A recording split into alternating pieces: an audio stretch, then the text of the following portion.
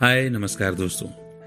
समय का जो अमूल्य खजाना हमें मिला है, हम उम्मीद करते हैं कि आप इसका बेहतरीन इस्तेमाल कर रहे होंगे और खजाना वेस्ट नहीं कर रहे होंगे। कर्मयोग, जिसे लिखा है स्वामी विवेकानंद जी ने। अच्छा, क्या आप अपने काम में थकान महसूस करते हैं या आपको अपना काम करने की इच्छा ही नहीं होती? क्या आपको लगता है कि आपके काम की तारीफ नहीं की जाती? क्या आपको यह भी लगता है कि आप ज्यादा पहचान पाने के हकदार हैं? अगर आपका जवाब हां है तो ये ऑडियो बुक समरी आपके लिए है। स्वामी विवेकानंद एक महान संत और टीचर हैं। मॉडर्न दुनिया को वेदांत और योग के बारे में सिखाने वाले वे सबसे पहले इंसान हैं। उन्होंने पूरे अमेरिका और यूरोप में घूम घूम कर कई लेक्चर्स दिए। स्वामी विवेकानंद इस बात में विश्वास करते थे कि भगवान की सेवा करने के लिए पहले लोगों की सेवा करना जरूरी है। उनकी तालीम और सोच को न सिर्फ भारत में बल्कि दुनिया के कई हिस्सों में बहुत महत्व दिया जाता रहा है। उनकी सिखाई हुई बातें बहुत मूल्यवान हैं। इस बुक समरी में न्यूयॉर्क में स्वामी जी द्वारा दिए गए लेक्चर्स का कलेक्शन है। स्वामी जी ने अमेरिका में 2.5 साल बिताए, जहां उनका बहुत स्वागत हुआ। उन्हें बहुत पसंद किया गया। उनके स्टूडेंट्स ने पैसा इकट्ठा किया ताकि वो एक मकान किराए पर ले सके। वहां स्वामी जी रोज फ्री में लेक्चर दिया करते थे। इस बुक समरी में उनके द्वारा कर्म योग पर दिया गया हर लेक्चर मौजूद है। इसमें आप काम यानी कर्म और ड्यूटी यानी फर्ज और कर्तव्य के महत्व के बारे में सीखेंगे। आप अपने काम से प्यार करना और बदले में कुछ मिलने की आशा न करने के बारे में भी सीखेंगे। आप सीखेंगे कि अपनी ड्यूटी को कैसे खुशी से स्वीकारना है और उसे कैसे पूरे दिल से निभाना है। तो आइए शुरू करते हैं समरी ऑफ कर्मयोग बाय स्वामी विवेकानंद। तो पहला चैप्टर है Karma and its effect on character, यानी कि कर्म का चरित्र पर प्रभाव। कर्म संस्कृत शब्द कृ से आया है। इसका मतलब होता है करना। कर्म का मतलब है हर एक्शन का असर या परिणाम। योग में कर्म का मतलब होता है काम यानी कि वर्क। एक इंसान का कैरेक्टर यानी चरित्र उसके सभी एक्सपीरियंसेस को मिलकर बनता है, चाहे वो सुख हो या दुख, खुशी हो या दर्द। ये सभी उसके कैरेक्टर को यानी कि चरित्र को, व्यक्तित्व को शेप देते हैं। ये अनुभव उसे अज्ञानता से ज्ञान की ओर ले जाते हैं। आपके एक्शंस के पीछे असली मकसद क्या है? लोग हमेशा किसी खास मकसद के लिए ही कुछ कर्म करते हैं। कुछ लोग शोहरत पाने के लिए करते हैं, कुछ पावर पाने के लिए, तो कुछ धन दौलत के लिए। कुछ लोग स्वर्ग जाने के लिए करते हैं और कुछ पश्चाताप के लिए। लेकिन सबसे महान और नेक कर्म होता है बस कर्म करना। उदाहरण के लिए कुछ लोग गरीबों की मदद और सेवा करते हैं। वे नाम कमाने के लिए या अपनी पहचान बनाने के लिए ऐसा नहीं करते। वे सिर्फ इसलिए ऐसा करते हैं क्योंकि उन्हें भलाई का कर्म करने में विश्वास है। उन्हें यह काम करना अच्छा लगता है। क्या एक आदमी जो काम को काम समझकर करता है उसे कुछ हासिल होता है? हां, असल में उसे ही तो सबसे ज्यादा फायदा होता है।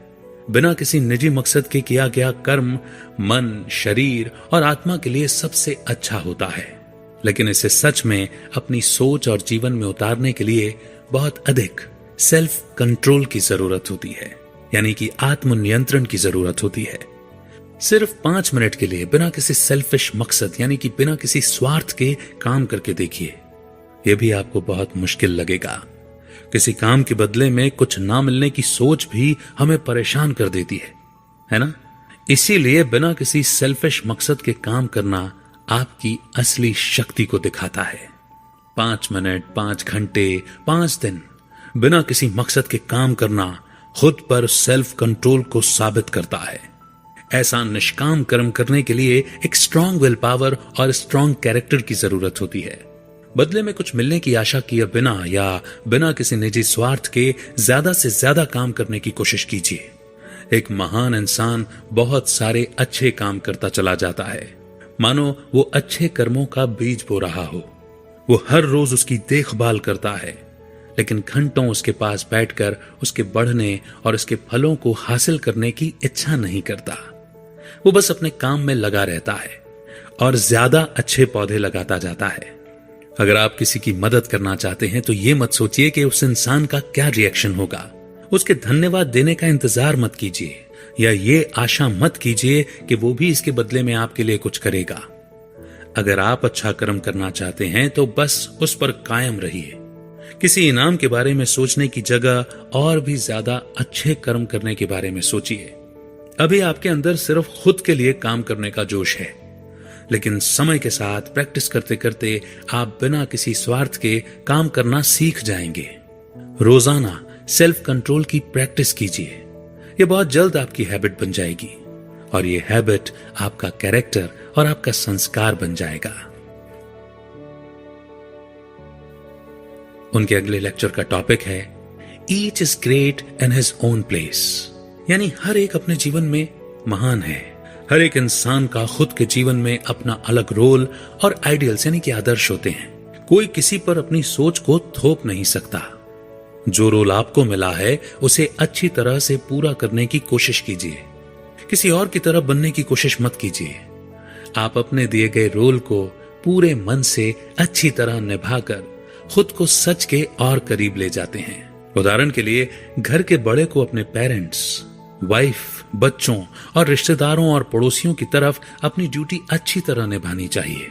उसे उनकी सभी जरूरतों का ध्यान रखना चाहिए और उनकी रक्षा करनी चाहिए। ये उनकी ड्यूटी है। एक सन्यासी को दुनिया पूरी तरह त्याग देनी चाहिए। उसे परिवार या धन दौलत के बारे में नहीं सोचना चाहिए। उसकी ड्यूटी है भगवान की पूजा करना, उनकी सेवा करना और उनके बारे में और भी जानने की कोशिश करना। आप उस घर के बड़े और सन्यासी को एक दूसरे का रोल अदा करने को नहीं कह सकते। उन्हें अपनी जिम्मेदारी निभानी होगी। अपना रोल ठीक से अदा करना ही हमें महान बनाता है।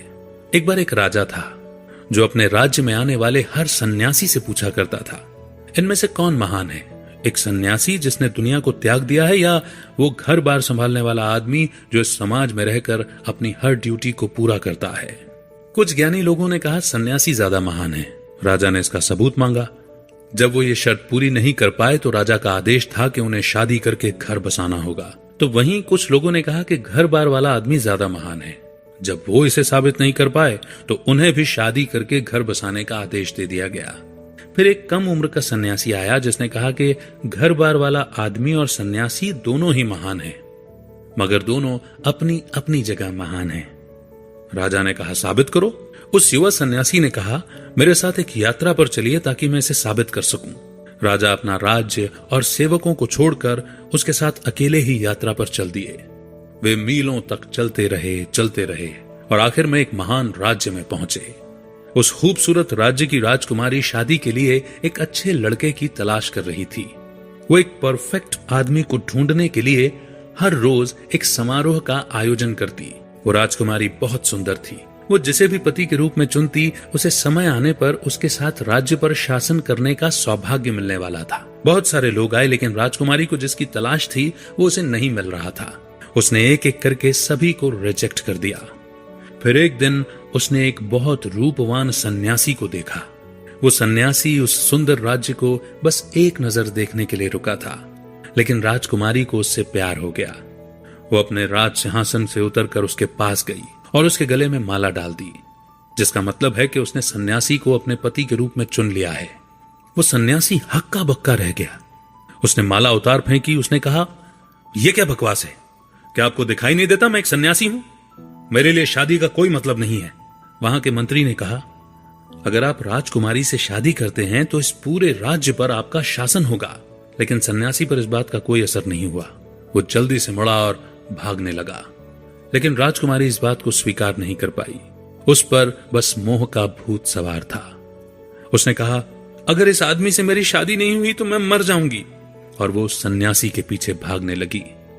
वो राजा और सन्यासी जो इस राज्य में आए थे सब कुछ बड़े ध्यान से देख रहे थे। उन्होंने राजकुमारी और उस सन्यासी का पीछा करना शुरू किया। वो सन्यासी उस जंगल का रास्ता अच्छे से जानता था। वो बड़ी तेजी से उस राज्य के बाहर निकल गया और अपनी यात्रा पर आगे बढ़ने लगा। उस राजकुमारी ने उसे हर जगह देखा, लेकिन वो सन्यासी उसे नजर नहीं आया। वो बहुत थक गई थी। एक पेड़ के नीचे बैठकर वो सन्यासी की याद में आंसू बहाने लगी। वो रास्ता भटक गई थी और उसे कुछ समझ में नहीं आ रहा था कि वो क्या करे। वो राजा और वो युवा सन्यासी उसके पास गए। उन्होंने उसकी मदद करने का वादा किया, लेकिन बहुत अंधेरा हो चुका था, इसलिए वो सुबह होने पर ही उस जंगल से निकल सकते थे। इसीलिए वे तीनों उस बड़े से पेड़ के नीचे आराम करने के लिए बैठ गए। उसी पेड़ पर एक नीले रंग का पक्षी अपनी बीवी और 3 बच्चों के साथ रहता था। उस नीले पक्षी ने अपने घोंसले से झांक कर नीचे देखा और अपनी बीवी से कहा, सुनो, अब हम क्या करेंगे? हमारे यहां मेहमान आए हैं और हमारे पास उनके लिए आग जलाने का भी सामान नहीं है। इस कड़ाके की ठंड में वो ठिठुर रहे होंगे। इसीलिए वो पक्षी नीचे की तरफ उड़ा और एक जलती हुई डाल को उठा लिया। वो उसे अपनी चोंच में दबाकर अपने मेहमानों के सामने रखाया। उन तीनों ने उसमें और भी डालियां डालकर एक अच्छा सा बॉनफायर बना लिया। लेकिन अभी भी वो पक्षी चिंतित था। उसने अपनी बीवी से कहा कि अब हम क्या करें? हमारे पास उन्हें देने के लिए खाना नहीं है, मगर उन्हें बहुत भूख लगी होगी। फिर उसने जो किया आप उसकी कल्पना भी नहीं कर सकते। उसने खुद को ही उनके सामने पेश कर दिया। वो उस आग में कूद गया। उन तीनों ने उसे बचाने की बहुत कोशिश की, लेकिन आग ने उसे भून कर रख दिया था। अब उसकी बीवी ने सोचा, यहां तो 3 मेहमान हैं, सिर्फ एक पक्षी काफी नहीं है। उसने सोचा अपने पति की मदद करना उसकी ड्यूटी है और इसीलिए उसने भी आग में छलांग लगा दी। अब घोंसले में उनके 3 बच्चे अकेले रह गए थे। उन्होंने अपने माता पिता को यह सब करते हुए देख लिया था। वे तीनों इस बात से सहमत थे कि उन्हें अपने मां बाप की इस ड्यूटी को पूरा करना होगा। वो तीनों भी आग में कूद पड़े और आग ने उन्हें भी भून दिया। अब वहां 5 पके हुए पक्षी थे, लेकिन राजा, सन्यासी और उस राजकुमारी का मन नहीं माना। वे भौचक्के होकर यह सब देख रहे थे कि इन पक्षियों ने क्या किया। उन तीनों की भूख ही मर चुकी थी। वो बस सुबह होने का इंतजार करने लगे। सुबह की पहली किरण निकलते ही उन दोनों ने सबसे पहले राजकुमारी को घर पहुंचाया। वो वापस अपने राज्य और पिता के पास चली गई। अब उस सन्यासी ने राजा को समझाया, हे राजन, आज आपने एक बहुत अच्छा सबक सीखा है। हर इंसान अपनी अपनी जगह पर महान होता है। एक की ड्यूटी किसी दूसरे को देने की जरूरत नहीं है। अगर आप दुनिया में रहना चाहते हैं तो आपको उन पक्षियों की तरह होना चाहिए। वो दूसरों की सेवा करने के लिए खुद का बलिदान करने को भी तैयार थे। और अगर आप इस दुनिया के मोह को छोड़ना चाहते हैं तो आपको उस सन्यासी की तरह होना चाहिए। एक सुंदर लड़की और इतने धनवान राज्य का राजा बनने का सुख भी उसे ललचा नहीं पाया। अपनी ड्यूटी को पूरे मन से कीजिए, तब आप शांति और सुकून से जी पाएंगे और तभी आप भगवान के और करीब पहुंच जाएंगे। उनके दिए हुए लेक्चर का अगला चैप्टर है द सीक्रेट ऑफ वर्क। अपने कर्म के बदले में कुछ मिलने की आशा मत रखिए। यही कर्म करने का सीक्रेट है। इसी सोच को अपनाकर आप अपने करियर में या बिजनेस में सक्सेसफुल हो सकते हैं। बस अपने काम से प्यार कीजिए। आप जो करते हैं उससे प्यार कीजिए। एक गुलाम जो जंजीरों से बंधा होता है, उसे काम करने के लिए अपने पैरों को घसीटना पड़ता है। वो जो भी काम करता है ठीक से नहीं करता, क्योंकि उसे उस काम को करने के लिए मजबूर किया जाता है। इसलिए गुलाम नहीं बल्कि एक मालिक की तरह काम कीजिए। बस अपना बेस्ट कीजिए और उस काम को खुशी से कीजिए। एक बार 5 राजा थे जिन्होंने मिलकर गरीबों के लिए एक बहुत बड़ी दावत रखी। उन्होंने सभी को दिल खोलकर कपड़े, पैसे और खाने का सामान उपहार में दिया। यह जश्न एक बहुत बड़ी लड़ाई की जीत की खुशी में दिया गया था। वहां के लोगों का मन उन 5 के लिए आदर से भर गया। फिर वहां एक बड़ा अजीब सा नेवला आया। उसके शरीर का आधा हिस्सा सोने का था और आधा ब्राउन रंग का। वो उस हॉल के बीचों बीच गया और कहने लगा कि आप सब धोखेबाज हैं, ये कोई बलिदान नहीं है। सभी लोगों को लगा कि ये नेवला पागल है। उन्होंने कहा, क्या तुम्हें दिखता नहीं इन्होंने गरीबों को कितना दान दिया है? इन्होंने बहुत बड़ी कुर्बानी की है। तब वो नेवला अपनी कहानी बताने लगा कि वो एक छोटे से गांव से आया था। वहां वो एक ब्राह्मण और उसके परिवार से मिला जो अपनी बीवी और 2 बेटों के साथ रहता था। वो ब्राह्मण बहुत गरीब था। गांव में थोड़ा बहुत पढ़ाकर उन्हें जो पैसे मिलते उसी में उनका गुजारा होता था। उन लोगों का जीवन बहुत सादा था। लेकिन फिर वहां अकाल पड़ा जो पूरे 3 साल तक चला। उस ब्राह्मण और उसके परिवार की दशा और भी ज्यादा खराब हो गई। कई दिनों तक उन्हें कुछ खाने को नहीं मिला। एक दिन वो ब्राह्मण आटे का बैग लेकर घर आया। वो इसे पाकर बहुत भाग्यशाली महसूस कर रहा था। उसने उसे 4 बराबर हिस्सों में बांट दिया ताकि वो सब पेट भरकर खा सकें। खाना तैयार करके वो सब खाने के लिए बैठ गए। वो खाना खाने ही वाले थे कि किसी ने दरवाजा खटखटाया। ब्राह्मण ने दरवाजा खोला। बाहर एक बूढ़ा आदमी खड़ा था। अंदर आइए, आप हमारे मेहमान हैं, ब्राह्मण ने कहा। किसी मेहमान का स्वागत करना और उसकी अच्छे से खातिरदारी करना भारतीय रिवाज है। इसलिए ब्राह्मण ने उस बूढ़े आदमी को अपना खाना परोस दिया। उस बूढ़े ने बड़ी जल्दी पूरा खाना खत्म कर दिया। उन्होंने बताया कि वो 10 दिनों से यात्रा कर रहे थे और उन्हें कुछ भी खाने को नहीं मिला था। उनकी भूख अभी भी शांत नहीं हुई थी। ब्राह्मण की बीवी ने अब अपना खाना उस बूढ़े आदमी को दे दिया। उसने वो भी झट से खत्म कर दिया। उसे अब भी भूख लगी थी। अब उसके बड़े बेटे ने अपना हिस्सा भी दे दिया। उसने कहा कि यह उसकी ड्यूटी है कि वो अपने पिता की मदद करे। उसके हिस्से का खाना खाकर भी बूढ़े की भूख शांत नहीं हुई। अब उसके छोटे बेटे ने भी अपना हिस्सा दे दिया। तब जाकर बूढ़े का पेट भरा। उसने पूरे परिवार का धन्यवाद किया और अपने रास्ते चल दिया। अब ब्राह्मण और उसके परिवार के पास खाने के लिए कुछ नहीं था। अगले दिन उन सब की भूख से तड़प कर मृत्यु हो गई।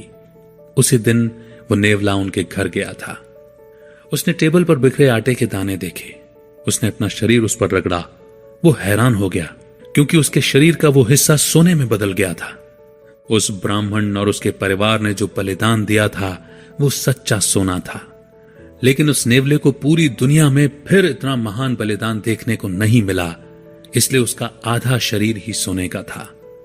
जो काम प्यार से किया जाता है वो असली सोना होता है। वो किसी भी सेल्फिश मकसद से बिल्कुल परे होता है। वो किसी भी नेगेटिव फीलिंग से मुक्त होता है। अगर ज्यादा से ज्यादा लोग अपने काम से प्यार करने लगें तो ये दुनिया कितनी सुंदर और बेहतरीन हो जाएगी। अगले लेक्चर का टॉपिक है व्हाट इज ड्यूटी। एक बार एक सन्यासी था जो जंगल के बीचों बीच रहता था। वो अपना पूरा दिन ध्यान लगाने में और योग करने में बिताता था। एक दिन वो पेड़ के नीचे आराम कर रहा था। अचानक से सूखी पत्तियां उसके ऊपर गिरने लगी। उसने ऊपर देखा, पेड़ पर एक कौवा और सारस यानी कि क्रेन बैठे लड़ रहे थे। वो हर जगह सूखी पत्तियां फैला रहे थे। उस सन्यासी को गुस्सा आ गया। उसने चिल्लाकर कहा, मुझ पर पत्ते फेंकने की तुम्हारी हिम्मत कैसे हुई? उसने गुस्से से उन दोनों को देखा। उस सन्यासी की हैरानी का ठिकाना नहीं था जब उसने देखा कि वो सारस और कौवा जलकर राख हो गए थे। वो अपनी शक्ति देखकर बहुत खुश हुआ। फिर उसके जंगल छोड़ने का वक्त आया। वो शहर में भिक्षा मांगने चला गया। उसने एक दरवाजा खटखटाया और कहा, मां, मुझे खाने के लिए कुछ दीजिए। उस औरत ने कहा, बेटा 1 मिनट रुको। उस सन्यासी ने सोचा, इसकी इतनी हिम्मत कि इसने मुझे इंतजार करने को कहा। इसे पता नहीं है मेरे पास कितनी शक्ति है। सन्यासी ने इस बात को अपने मन में कहा था। तभी उस औरत ने उस सन्यासी से कहा, खुद के ऊपर इतना घमंड मत करो। मैं वो कौवा या सारस नहीं हूं। उस सन्यासी ने कुछ देर और इंतजार किया। जब वो औरत बाहर आई तो उसने पूछा, मां, आपको उस जंगल में रहने वाले कौवे और सारस के बारे में कैसे पता चला? उसने जवाब दिया, बेटा, तुम जो योग साधना करते हो, मुझे उसका कोई ज्ञान नहीं है। मैं एक सीधी सादी हाउसवाइफ हूं। मैंने तुम्हें इंतजार करने के लिए इसलिए कहा क्योंकि मैं अपने बीमार पति की सेवा कर रही हूं। उसने बताया कि उसने अपनी पूरी जिंदगी हर ड्यूटी को ठीक से करने की कोशिश की है। जब वो छोटी थी तब उसने अपने माता पिता की सेवा की। जब शादी हुई तो अपने पति की सेवा की। उसके लिए तो यही योग था। इन्हीं चीजों से उसे ज्ञान मिला था। इसीलिए वो सन्यासी के मन की बात पढ़ पाई। वो जानती थी कि सन्यासी ने जंगल में क्या किया था। उसने सन्यासी को अगले शहर में जाने के लिए कहा। वहां एक कसाई यानी कि बुचर था जिससे सन्यासी बहुत कुछ सीख सकता था। सन्यासी ने सोचा कि वो कसाई मुझे क्या सिखा सकता है। फिर भी वो उस शहर की ओर चला गया। वो वहां के मार्केट में पहुंचा। वहां उसे एक मोटा कसाई दिखाई दिया। वो मांस को काट कर अपने कस्टमर को दे रहा था।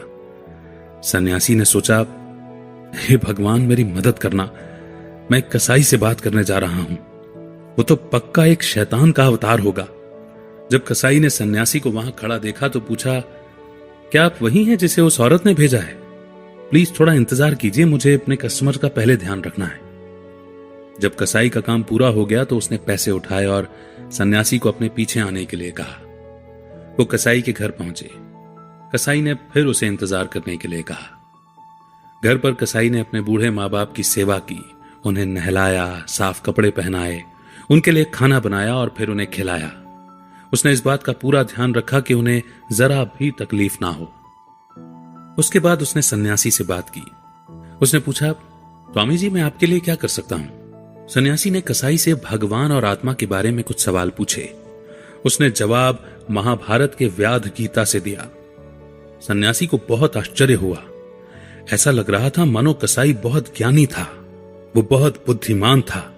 सन्यासी ने पूछा, आप इस शरीर में क्यों हैं? आपके पास इतना अपार ज्ञान है, फिर भी आप इतना गंदा काम करते हैं।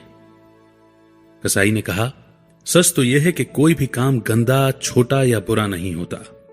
मैं इसी परिस्थिति में पैदा हुआ हूं। मैं जब बच्चा था तब बहुत जल्दी कसाई का काम सीख गया था।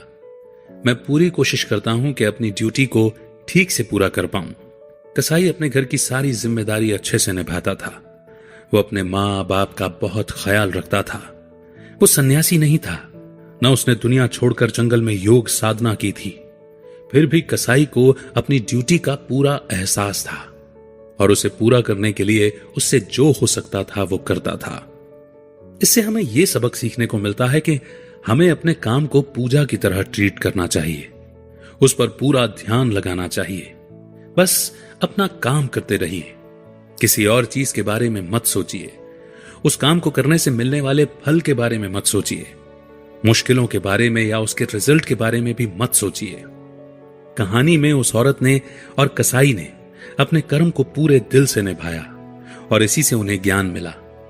जो वर्कर अपने काम के रिजल्ट के बारे में सोचता है, जिसे फल से ज्यादा लगाव होता है, वो अपनी ड्यूटी के लिए हमेशा ही शिकायत करता रहता है।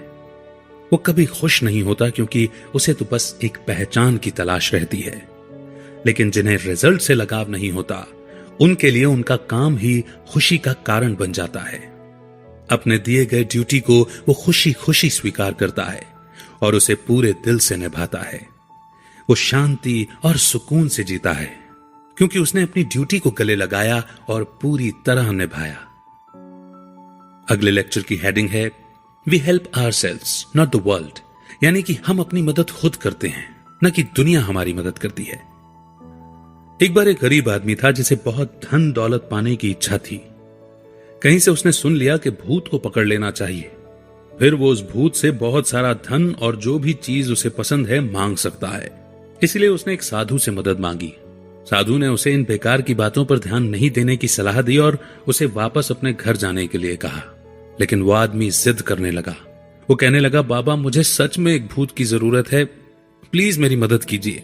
साधु नाराज हो गए, लेकिन फिर उन्होंने उसे एक ताबीज दे दिया और कहा कि इस ताबीज को पकड़कर ये जादुई मंत्र पढ़ना, तुम्हारे सामने एक भूत आ जाएगा और वो तुम्हारी हर बात का पालन करेगा। लेकिन याद रखना, भूत खतरनाक होते हैं। उसे हमेशा किसी काम में बिजी रखना, उसे कुछ न कुछ काम देते रहना। अगर तुम फेल हुए तो भूत तुम्हारी जान ले लेगा।